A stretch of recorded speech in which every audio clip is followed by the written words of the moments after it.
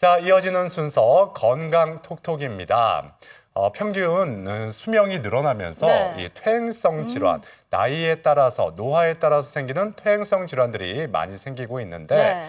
어르신들은 나이가 들어서 그래 이렇게 대수롭지 않게 네. 여기는 경우도 종종 있습니다. 네, 이런 퇴행성 질환은 서서히 진행되기 때문에 치료 시기를 놓치기도 쉽다고 하고요. 그래서 그 증상을 잘 관찰하는 게 중요하다고 하죠. 그렇습니다. 그래서 오늘 이 시간에 대표적인 퇴행성 질환 중에 하나인 파킨슨병에 대해서 자세히 살펴보겠습니다. 네, 도움 말씀 드릴 분 소개해드리도록 하겠습니다. 김지선 신경과 전문의 나와주셨습니다. 어서 오세요. 네, 안녕하세요. 안녕하세요. 예. 네. 자, 먼저 이 파킨슨병, 어떤 질환이고 또 병명이 어떻게 생겨났는지 이 점부터 좀 짚어볼까요? 네. 파킨슨병은 이상운동 질환의 하나입니다. 뇌에서 뇌세포가 진행성으로 서서히 퇴행하면서 발생하는 질환인데요. 파킨슨병이라는 병명이 좀 생소하시죠? 이 병명은 1817년 제임스 파킨슨이라는 영국 의사가 있었는데요. 이 의사가 환자 한 명을 자세하게 기록했습니다. 그 환자분은 한쪽으로 팔다리가 떨리면서 행동이 느려지고 굳어지는 증상을 가지고 있었어요. 후대의 학자들이 이 질환에 대해서 연구를 하면서 처음 기술했던 의사 파킨슨 이름을 따서 이 병을 파킨슨병이라고 부르기 시작했습니다. 그렇군요. 예. 네, 저는 이 치매, 알츠하이머, 파킨슨병 이 구별하기가 잘 쉽지가 않더라고요. 많은 분들이 그럴 거예요. 네, 예. 그리고 이 파킨슨병이 희귀병이라고 알고 있는데 어떤지 설명 부탁드립니다. 네, 말씀하신 대로 치매, 알츠하이머, 파킨슨병 비슷한 것 같기도 하고 틀린 것 같기도 하고 구별이 쉽지는 않으시죠? 먼저 치매에 대해서 말씀을 드리자면 치매는 한 가지 병을 나타내는 말이라기보다는 후천적으로 기억력, 인지 기능이 떨어지고 그로 인해서 일상생활에 어려움이 생기는 질환들을 전반적으로 통칭해서 말을 합니다. 그 치매를 일으키는 병 중에서 가장 대표적인 병이 바로 알츠하이머 병입니다. 알츠하이머 병과 파킨슨 병은 모두 뇌의 퇴행성 질환이라는 공통점을 가지고 있어요. 그런데 파킨슨 병이 굉장히 좀 드문 희귀병이 아닌가 생각하시는데요. 사실 퇴행성 뇌 질환 중에서 파킨슨 병은 두 번째로 흔합니다. 첫 번째는 말씀드렸던 알츠하이머 병이고요. 파킨슨 병이 그러니 그렇게 드물지는 않은 병이겠죠. 유병률에 대해서는 지역과 연구에 따라서 많이 다른데요. 우리나라의 경우에는 60세 이상에서 1.47%가 보고된 적이 있어요. 대략적으로 65세 이상에서는 100명당 1명 이상으로 보고요. 발병 연령은 50대 중반 정도로 생각을 하고 있습니다. 그리고 연세가 들면서 점점 많아지는 병이기 때문에 고령화 사회에서는 파킨슨 병도 점점 증가하는 추세입니다. 네. 이 파킨슨병 대표적인 퇴행성 뇌 질환이다 이렇게 말씀을 해 주셨는데 네. 이 퇴행성이라고 하니까 이 노화 때문에 단순히 생기는 거다 이렇게 생각할 수도 있는데 네. 이 파킨슨병의 원인 이 구체적으로 어떤 것들이 있을까요? 네. 파킨슨병, 특히 특발성 파킨슨병은요, 뇌의 특정 부위의 뇌 신경세포들이 서서히 죽어가는 병이거든요. 신경세포들은 뇌에서 여러 가지 신경 전달 물질들을 만들어냅니다. 그 중에서 도파민이라는 신경 전달 물질과 연관이 되는 신경세포들이 서서히 사멸해서 증상이 나타나요. 그러니 우리 몸에서는 도파민이 부족하게 되고 도파민 부족한 그 증상들이 여러 가지가 나타납니다. 그 중에서 파킨슨 병에서는 중요한 4가지 증상이 있는데요. 첫 번째로는 떨림, 두 번째는 느려지는 것, 세 번째는 경직 혹은 경축이라고 하는 현상과 네 번째는 자세 불안정성이 나타납니다. 이 4가지가 파킨슨 병의 중요한 증상들입니다. 네. 네. 우리 몸이 떨리고 느려지고 굳어진다고 생각하면 생각만으로도 상당히 불편할 것 같은데요. 그렇죠. 네, 이 파킨슨병의 증상에 대해서 다시 한번 설명 부탁드립니다. 네, 파킨슨병 증상 중에서 먼저 떨림에 대해서 알아볼까요? 사실 떨리는 경우는 굉장히 많습니다. 추워도 떨리고요. 오늘 저도 방송을 한다고 생각하니 아침부터 목소리도 떨리고 손도 떨리고 하더라고요. 그러셨어요? 예. 네. 그리고 신경과에 오시는 많은 분들은 손 떨림 때문에 오십니다. 그리고 걱정스럽게 물어보시죠. 손이 떨리는데 저도 파킨슨병인가요? 그럴 수도 있고 아닐 수도 있습니다. 중요한 것은 어떤 상태에서 떨리느냐가 중요합니다. 특발성 떨림증의 경우에는 무언가 행동을 할 때 떨려요. 그래서 물컵에 물을 이렇게 쏟을 때 손이 떨린다든지, 은행에서 글씨를 써야 되는데 다른 사람들이 모두 나를 보고 있어서 긴장이 되니 글씨가 떨리기도 하고, 어려운 회식 자리에서 술잔을 받을 경우가 있지 않습니까? 네. 그럴 때 어려운 경우에서 떨리죠. 손이 떨리는 경우가 있어요. 네. 그렇죠. 이처럼 행동을 하면서 떨리는 것은 네. 파킨슨병보다는 특발성 떨림의 가능성이 높습니다. 음. 네, 떨림 원인은 사실은 굉장히 많아요. 이렇게 네. 특발성 떨림증 외에도 뭐 그 약을 드셨다든지 약에 대한 부작용이라든지 갑상선 아니면 간에 이상이 있을 때, 그리고 정상적인 반응으로서 떨림도 이루어질 수가 있습니다. 그렇다면 이 움직이지 않고 가만히 있을 때 떨린다면 이 파킨슨병 증상을 의심해 봐야 된다는 말씀인가요? 네, 그렇습니다. 파킨슨병이 떨림은요, 가만히 있을 때 편안한 상태에서 있을 때 떨리는 것이 특징입니다. 그래서 이를 안정시 떨림, 안정시 진전이라고 말을 하죠. 편안하게 긴장을 풀은 상태에서 앉아 있는데 손이 떨린다든지, 그리고 우리가 걸어가는데 무의식적으로 팔이 떨리는 것이 관찰될 수가 있습니다.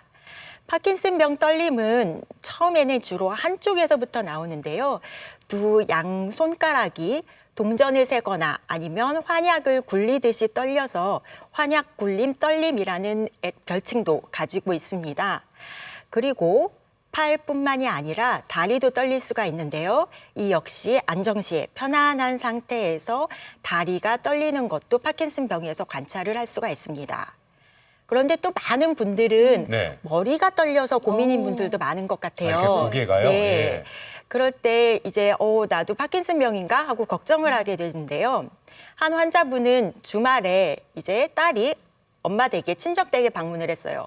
저녁 식사를 하고 모두 모여서 텔레비전을 보는데 어머니의 머리가 살살살 떨리는 거가 보인 거죠. 네. 그런데 정작 어머니는 내가 머리가 떨린다고 하면서 대수롭지 않게 생각하세요. 흔히들 이럴 네. 때 챗머리 흔든다 어르신들이 그렇게 그렇죠, 말씀을 예. 하시는 경우가 네. 있는데요. 이런 떨림은 파킨슨병이라기보다는 유전적으로 가족성으로 내려오기도 하고 손떨림과 같은 특발성 떨림증일 가능성이 높습니다. 그러니 이런 경우는 큰 걱정은 하지 않으셔도 괜찮습니다. 정리해서 말씀드리자면 파킨슨병에서의 떨림은 안정시, 편안한 상태에서 떨리는 것이 특징이고요. 특히 편안한 상태에서 다리가 떨린다면 그때는 파킨슨병에 대해서 신경과 진료를 받아보시는 것을 권유드리겠습니다. 그럼 그 말씀은 그 편안한 상태에서 네. 어르신들이 좀 이렇게 머리가 살짝 이렇게 떨린다 했을 때는 그렇게 파킨슨병을 걱정할 필요는 없다 이렇게 이해하면 될까요? 네, 머리 떨림 자체는 좀 복합적이기 때문에요. 이제 그 꼭 파킨슨병이다 단정 지을 수는 없을 것 같기는 합니다. 예. 네, 이런 떨림뿐만 아니라 움직임이 느려지는 것도 파킨슨병의 증상 중 하나라고 말씀을 해주셨는데요. 또 어떤 움직임이 어느 정도 느려야 파킨슨병을 의심해 볼 수 있는지도 자세히 설명 부탁드립니다. 네, 느려지는 것. 서동증이라고 말을 하는데요. 이 느려지는 것이 사실 파킨슨 운동 증상의 핵심입니다. 우리 파킨슨 환자분들은 떨리는 게 남에게 보이기도 하고 또 남 부끄럽다고 해서 스트레스를 많이 받으세요. 그런데 조금 더 집중해야 되는 증상은 이 느려지는 것입니다. 물론 연세가 들면 모든 사람들은 다 행동이 느려집니다. 그런데 파킨슨병에서는 나이에 비해서 좀 더 느려지는 것이 두드러집니다. 주로 처음에는 한쪽 팔, 다리가 행동이 느려지고 또 동작의 폭도 작아지는 것이 특징이에요.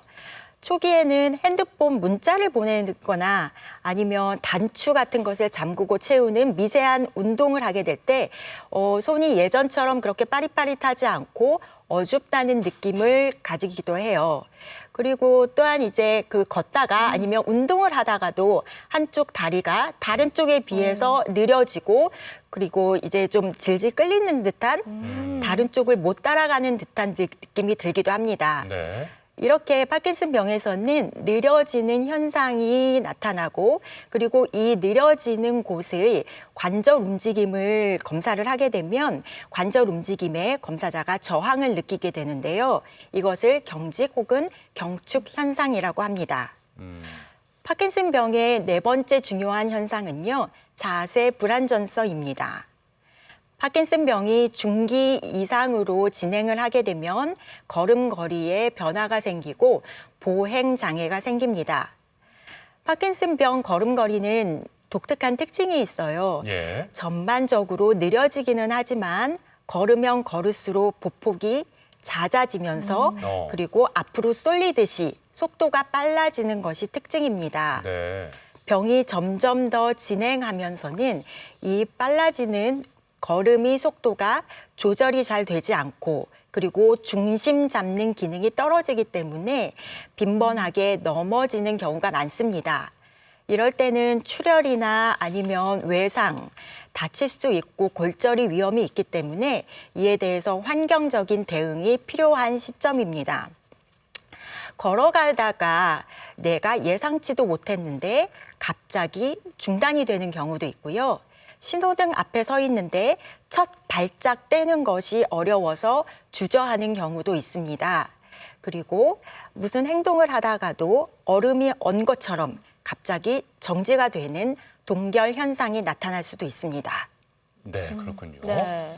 이 파킨슨 병이 진행되면 이 치매가 나타날 수 있다 이렇게 또 말씀을 앞서 해주셨었는데 네. 그렇다면 이 몸에 나타나는 증상뿐만 아니라 어떤 정신적으로 나타날 수 있는 증상이 있다는 말씀인가요? 어떻습니까? 네, 그렇습니다. 파킨슨에서는 운동 증상과 비운동성 증상으로 나눌 수 있습니다. 파킨슨의 처음 증상들이 느려지고 떨리고 걸음걸이가 이상하는 신체 활동과 연관되는 운동 증상이 기본이기는 한데요. 우리의 뇌 세포들이 전반적으로 퇴행이 진행하면서 운동 기능뿐 아니라 인지 그리고 정서, 자율신경 이상에 대한 것들도 나타날 수가 있습니다. 이런 증상들을 비운동성 증상이라고 하죠. 비운동성 증상에는 여러 가지가 있는데요. 환각이나 망상, 우울 기분, 그리고 불안해하는 것, 이런 정서 장애도 나타날 수가 있고 인지 기능이 떨어지고 기억력이 떨어지거나 수면 장애, 통증, 감각 이상, 그리고 어지럼증이라든지 변비 같은 자율신경계 증상들도 빈번하게 나타나고 있습니다. 그렇군요. 예. 네. 평소에 부모님이나 주변 어르신들께 이런 증상이 나타난다면 네. 곧바로 병원으로 가는 게 좋을 것 같은데요. 바로 신경과로 가면 될까요? 네, 파킨슨 병은 병원 신경과에서 신경과 전문의가 진단을 하게 됩니다.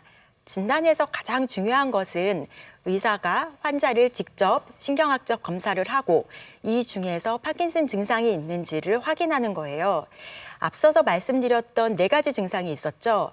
떨리고 느려지고 경직이 생기고 또 자세 불안정성이 나타나는데 이 중에서 두 가지 이상이 있다고 하면 파킨슨 병일 가능성이 있겠구나라고 추정 진단을 하게 되고요. 도파민을 투여해서 약물로 투여해서 그 약에 대해서 효과가 나타난다면 이제 파킨슨 병이구나 하고 임상 진단을 하게 됩니다. 임상 진단뿐 아니라 검사실 검사도 같이 하게 되는데요. 첫 번째는 뇌 MRI입니다. 사실 특발성 파킨슨병은 뇌 MRI에서 큰 변화가 나타나지는 않습니다. 그런데 왜 MRI 검사를 하냐? 그것은 파킨슨 증상이 나타날 수 있는 여러 상황들, 파킨슨 2차성 파킨슨병이라든지 파킨슨 증후군, 그리고 다른 뇌 질환을 구별하기 위해서 뇌 MRI를 촬영하게 됩니다. 네, 그리고 요즘에는 뇌 도파민 운반체 양전자 방출 단층 촬영, 말이 좀 어렵죠? 네. 쉽게 도파민 펫이라고 하는데요. 네. 이 도파민 펫 검사를 합니다. 도파민 펫에서는 이제 우리 뇌에서의 도파민 정도를 가시적으로 볼 수 있는 검사예요. 그래서 정상인과 비교했을 때 파킨슨병 환자분들에서는 이 도파민의 시그널이 한쪽 또는 양쪽으로 많이 떨어져 있는 것을 관찰을 할 수가 있습니다.